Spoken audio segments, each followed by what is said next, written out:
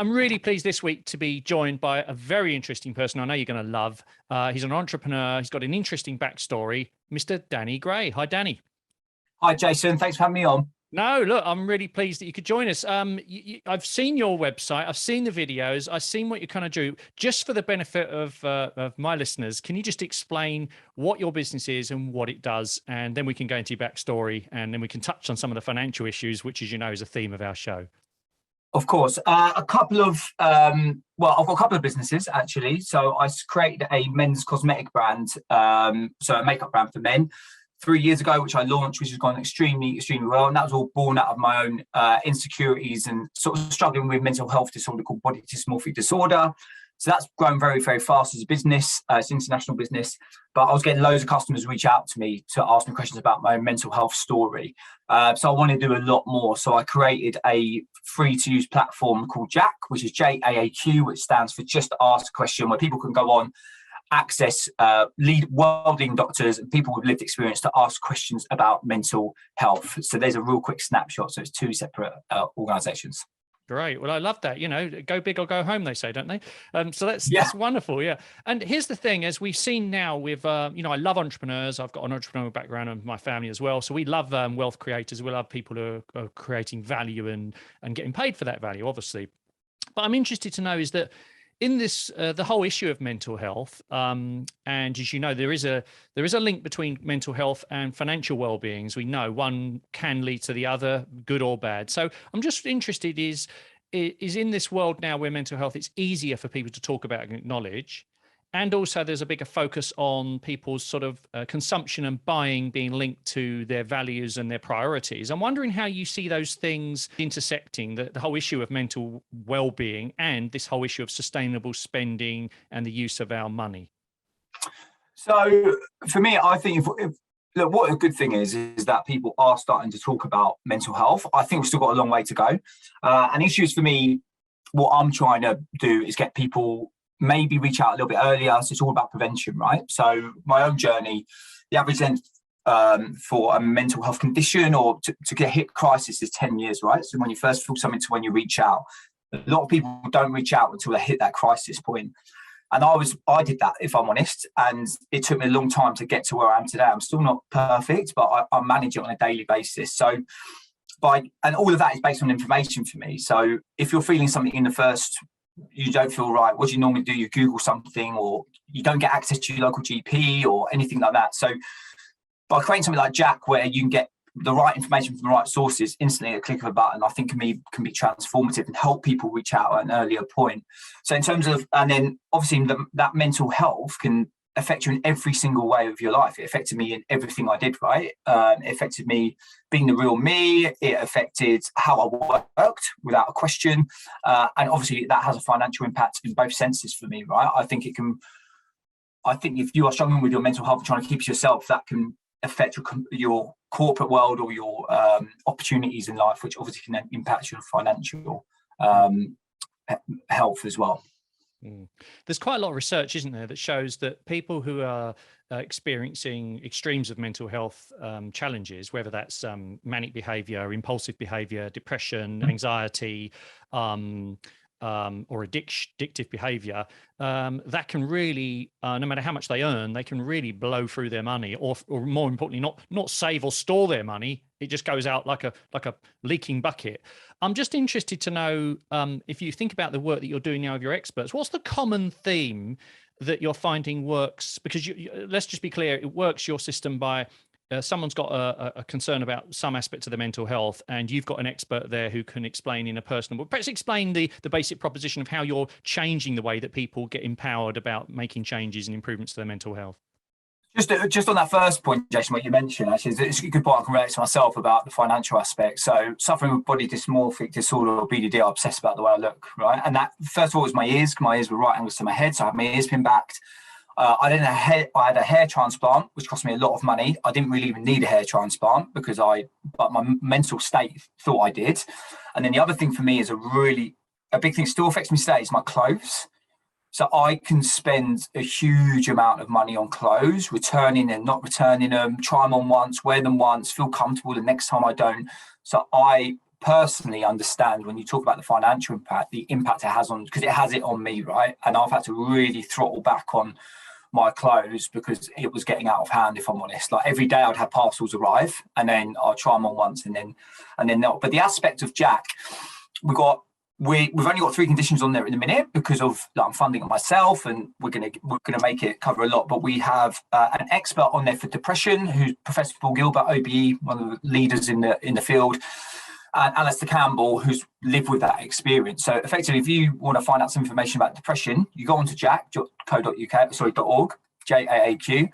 You can literally click onto the doctor. He will introduce himself, and then there's a button you press and hold, and you can ask pretty much whatever you want about depression, like what is depression, how long does it last, what's the medication for it, what's the side effects, what's the top tips. Then you go and ask Alistair Campbell, what does it feel like to have depression, how long have you had it, why did you get it? And it's all done by us recording hundreds and hundreds of questions with these doctors over a long period of time using the latest AI technology and VR, that we can go and grab the right information and serve it up. And I think all we look at, right, is how everyone takes in information now. 96% you ingest when you listen and watch something compared to 10% when you read it. But a lot of videos that are out there now are very long form and a lot of information. So the way we've done it is you ask a question, you get the answer in a video format, which is really conversational in a very short period. And it's just that bit of information that you want to know. So you don't have to watch a 60-minute video, watch all of it to get an answer on side effects for medication. But it's not going to diagnose you, but what it does, it gives you the right information. For me, if you get the right information, for me, it unlocked a lot.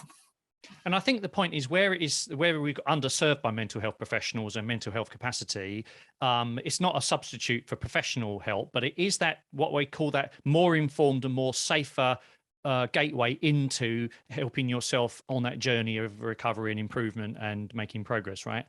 So just interestedly, how do you see the whole gambit of your business developing over time? Will you be covering lots of different subjects? So what are the areas that you think are really in demand at the moment? So there's loads of stuff we're going to be doing. Like we're just actually filming suicide. So we've got a leading professional on suicide, and then we've got people who've been through that. So I don't know if you know of Johnny Benjamin, but MBE, for his work around suicide, he had to try to commit suicide on the bridge. There's a big documentary about that. So he's going to be on that you can ask questions about suicide. We're doing a big activation within rugby league. So we've filmed some rugby players who've had, one of them actually tried to commit suicide, the other one suffered with ADHD. You can go on and ask him questions. And for me, this is what we're doing a little bit different with JAAQ. It's a very informative way where imagine young fans being able to go on there and ask questions and learn about these amazing sports stars. But look, they obviously have mental health. They manage their mental health every day. And I think that's what we're trying to do. So we've got loads of stuff we want to cover. But it's not a cheap way of doing it, but we want it. And I always want this site to be free for everyone, because that's the big thing for me. I don't want people to pay for it, because the one that what really hit me hard, especially, so I've got war pain. I had a customer reach out to me, or not a customer, his girlfriend, and said, look, my boyfriend just told me he's got body dysmorphia. I never knew. I've been with him 2 years. The only reason he told me is because he's been following your journey. Can we have a call? I was like, 100%. So I had a call on a Friday evening, and he was in bits, right? He could hardly talk. And all she did was ask me questions. And one of the big ones that hit me was she said, but I tell him he looks great all the time. And I turned around and said, well, look, if you told me it when I'm having a bit of a moment, it's probably the worst thing you can say to me. And she was like, what? And I said, well, look, because when I'm struggling and someone says you look great, in my head, I'm thinking, you don't know what I'm going through. That's not going to help me. And it was like a light bulb for her. I said, maybe just tell him to take some time. Don't worry about rushing, and gave some tips. And she was like, it's just, the problem is for them, he hit crisis, reached out to the NHS, went to his local GP, 36-week lead time he had to see a specialist, and he's in crisis, right? Because we're overstretched within the NHS. So he's got to wait 36 weeks to get to an expert. And then what are you going to do in that first conversation? What is body dysmorphia? How long does it last? Is there any medication for it? Can I get better? And all of these questions we've got answered on JAAQ by Professor David Veal, who's the world leader on OCD and body dysmorphia. You can go and access that information. Then you can go and ask me questions about how, what's the worst thing to say to you? So I think it's groundbreaking. I think what's really the point you've just made there, Danny, which I love, is not just that this is for people who are experiencing the situation, important as that is, and trying to get that first base covered, but the people who love them and support them and around them. Because again, as you say, the worst thing you can say to someone in depression is pull yourself out of it, you'll get through it. The point is when you're in depression, and I know this from experience, not personally, but through family members, is that you believe that is the end game. You believe that state you're feeling, you're never going to come through. In other words, you cannot see the light at the end of the tunnel, or if you can see a light, you think it's a train coming to you. So the point there is that you cannot say to someone who's going through a real deep depression, oh, don't worry, you'll get through it. I think, as you're rightly to say, to acknowledge the person's state and to perhaps suggest they might want to some distractions or other things they might want to do that might help them through it, or just be there for them. I think you're absolutely right. More knowledge is key. So let's just talk about the money side of things, because this is a podcast all about money and the role of it. I had a fantastic Pete Can I interviewed, and he had an addiction to gambling, which basically nearly made him bankrupt. But he did have a loving wife, and they did do this together, and they pulled it through. If people feel if your financial situation, often one of the taboos about talking about money is we often think our financial situation is a reflection of who we are. So I'm just trying to think what your perspectives are when it comes to whether mental health issues lead to financial problems, or more importantly, when financial problems lead to mental health issues. Because I'm particularly interested in where the financial actions and behaviors have led to a mental health issue, such as depression, anxiety, overwhelm, stress, whatever it is. I'm particularly interested in your view on that cause and effect. So therefore, where someone has, through their actions, for whatever reason, even if they crept up over a number of years, found themselves becoming mentally unwell because of their financial situation, which may well be a situation that occurs more this year with the cost of living rising and tax rises and what have you. Look, Jason, I totally agree. I think financial impact has a huge impact on your mental health from both perspectives. So if you look at my perspective, where mental health condition has then impacted my financial because of my spending habits and that addiction effectively that I have for clothes at the moment, which I've really had to rein in. And it was I listened to some stuff, right? I've listened to some people about gambling, and they say it's not about the winning, it's about putting the bet on. And I never understood that. So I don't get it. But for me, I went through a phase of ordering clothes online, and it wasn't the fact of them turning up. It's when I ordered them, it made me feel better. And that's where I can sort of understand about that gambling habit. But from the other side, the flip side, if someone is, you're in debt, or your cost of living is outweighing your income, that is a constant pressure. And I've had that because I've started a business, right? And I remortgaged my house, I sold my cars, and I've had that financial burden. Still got it today, right? Wall paint's going well. I'm not mega rich at all. And I have that financial burden every single month. And it's, I'm on, it's not that I don't earn, look, I earn half decent money, but like I'm because of debts and everything that I've put up, I'm on the breadline every single month. And it's a constant worry. Before, couple of years ago with Wallpaint, I used to go to Tesco's and panic if my order would go through to feed my family. I'm not doing it because I want people to say, "Oh, poor you," but I understand that impact and that anxiety and pressure that put on me. And 100% that can lead, because then once you start, for me, my best mate, right, he's never had anxiety in his life. He had something, a physical condition helped him, hurt his back basically, and he called me the other day and said, "It's the first time ever in my life that I know I have depression of some sort, or I've got this feeling where because I can't do stuff." And it's the same, right? The financial impact that can make you start feeling this, then it can impact the rest of your life. For me, because that anxiety built from money can lead on to different things. One of the things that I teach people is that you're not a bad person because you've made mistakes. Okay, we're not wired. We don't come out of the box. The operating system's not wired to be good with money. Certainly not in this consumer world with social media and marketing and constant choice and stuff. So that's the first thing. Just get over that, right? We're all. And I can remember when I was in my worst situation financially, my early 20s, and I tell the story in many keynotes. Absolutely in a hole. What did I do? I hired a nightclub and took 2,000 quid out that I didn't have and hired a nightclub and had a party. I mean, what is going on? And I know what was going on. Desperate need for validation, desperate need for connection, and a desperate need to feel in control. Even when the building was burning, I was still putting logs on the fire. But so there we go. I hope it was a good party, Jason. Well, do you know what? People I bump into now say that they went to that party, and I know bloody well they didn't because I never invited them. But it wasn't quite Bianca Jagger coming in on the white horse, but it was kind of like the party. It was such a heavy party. I think the club got closed down about a year later, and it's now a housing estate. But there we go. That's another story. We'll perhaps do that in another podcast.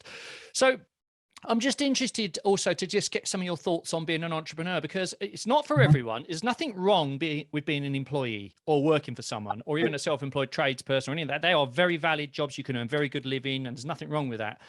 But for those people who feel that they want to be an entrepreneur, bearing in mind, I know you're not a finished article and it's all early days, but I'm just interested in what your initial thoughts were about what went through your mind in taking the jump to start the business and what you've learned so far in terms of that whole wealth creation journey, bearing in mind, I know it's early days.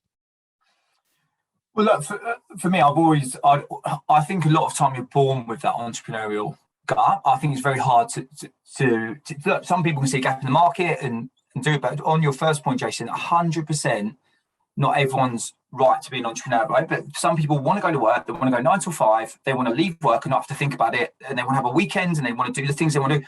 That's absolutely 100% what you should do, right? But for me, I've always had that entrepreneurial spirit. I started a Bounty Castle company when I was 16, when I didn't even drive, with wheelbarrows around my, taking them in wheelbarrows, mate, around my local village, right? I had a valeting business around my dad's car business. But for me, when I had the big decision with Warpaint 3 years ago, it was 100. I had to basically raise 125,000 to do it properly. So I had to remortgage my house. I did raise some capital with family, but for me, it was never a choice. I had to do it, And I speak to people now who want to do their own business, and sometimes they're quite worried about the risk. And I think that's where people are going to struggle. If you have that inherent feeling of, oh, well, what happens if it doesn't go right? I'm not saying you can't be an entrepreneur, but that's where I'm a little bit different. I'm willing to take the risk, and I'm willing to, because if I know your gut, right, if I know my gut saying me this is right, like with JAAQ, right, I know it's the right thing to do because I know it can help a lot of people. I didn't know how I'm going to get the money. I'll get it. Don't worry. And that's a different mindset. But obviously there are pressures that come with that. And I've had more pressure in the last 5 years. I really started 5 years ago now, I've ever had in my life, right? But every night I can't wait to go to bed because I can't wait to get up in the morning to go to work.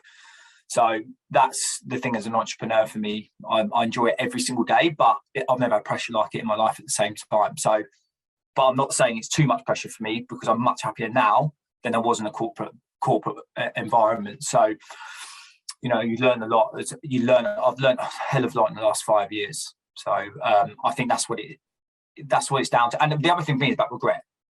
The thought, this is how weird it is, right? I'll look back on old pictures on my phone from 3 years ago when I started the brand, and you can basically, it's a timeline, right? I can see me looking at brand and like what I was doing. I sit there going, people say, would you go back and do it again? Absolutely not. Not because I didn't want to, but I'll be worried I wouldn't go on this journey that I've been on to get to where we are.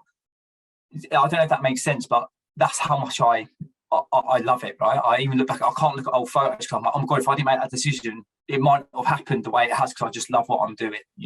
I love it every day. And I think that's part of that is managing that pressure and enjoying it to some extent as well, right? I've got to get this done. I've got to secure this deal. I've got to raise some capital. So I think that's the inherent stuff. The journey, as you say, is half the battle. And as I know from someone who has come from poor background and had ups and downs and stuff, and it is great coming out the other end. And the thing is, when you have got wealth and you have got success and you've come over that side, I still work today, not because I'm desperate for the money, and I'm not the Sultan of Brunei, but not because I really need the money as such, but because I enjoy working, like you say. I like I like working with people. I like having an impact, and I like having a purpose. And we all got to find that. So I think the point we were really saying there is that the struggle is actually, as Ryan Halliday says, who writes all about the Stoics, the obstacle is the way. Actually, the difficulty in life, I don't mean if you're in a really deep a mental health issue, but the struggles that we have day to day in life are part and parcel of being human, so they should be embraced. Well, look, Danny, I know you're a busy guy. You've got loads going on. I'm really, really excited about your journey. So we're going to make sure that people have got, really do check out JAAQ's. It's a brilliant, what I've seen so far, I've been amazed about what they're doing. They're doing it differently. It's addressing a really important issue. And we know that mental health and financial health are linked. So I'm very pleased to have had you on the show. I'm going to have you back in a year or so's time, and we're going to talk again about developments, because I know there's plenty more where this story is coming from. So look, thank you for your time. It's been great talking to you.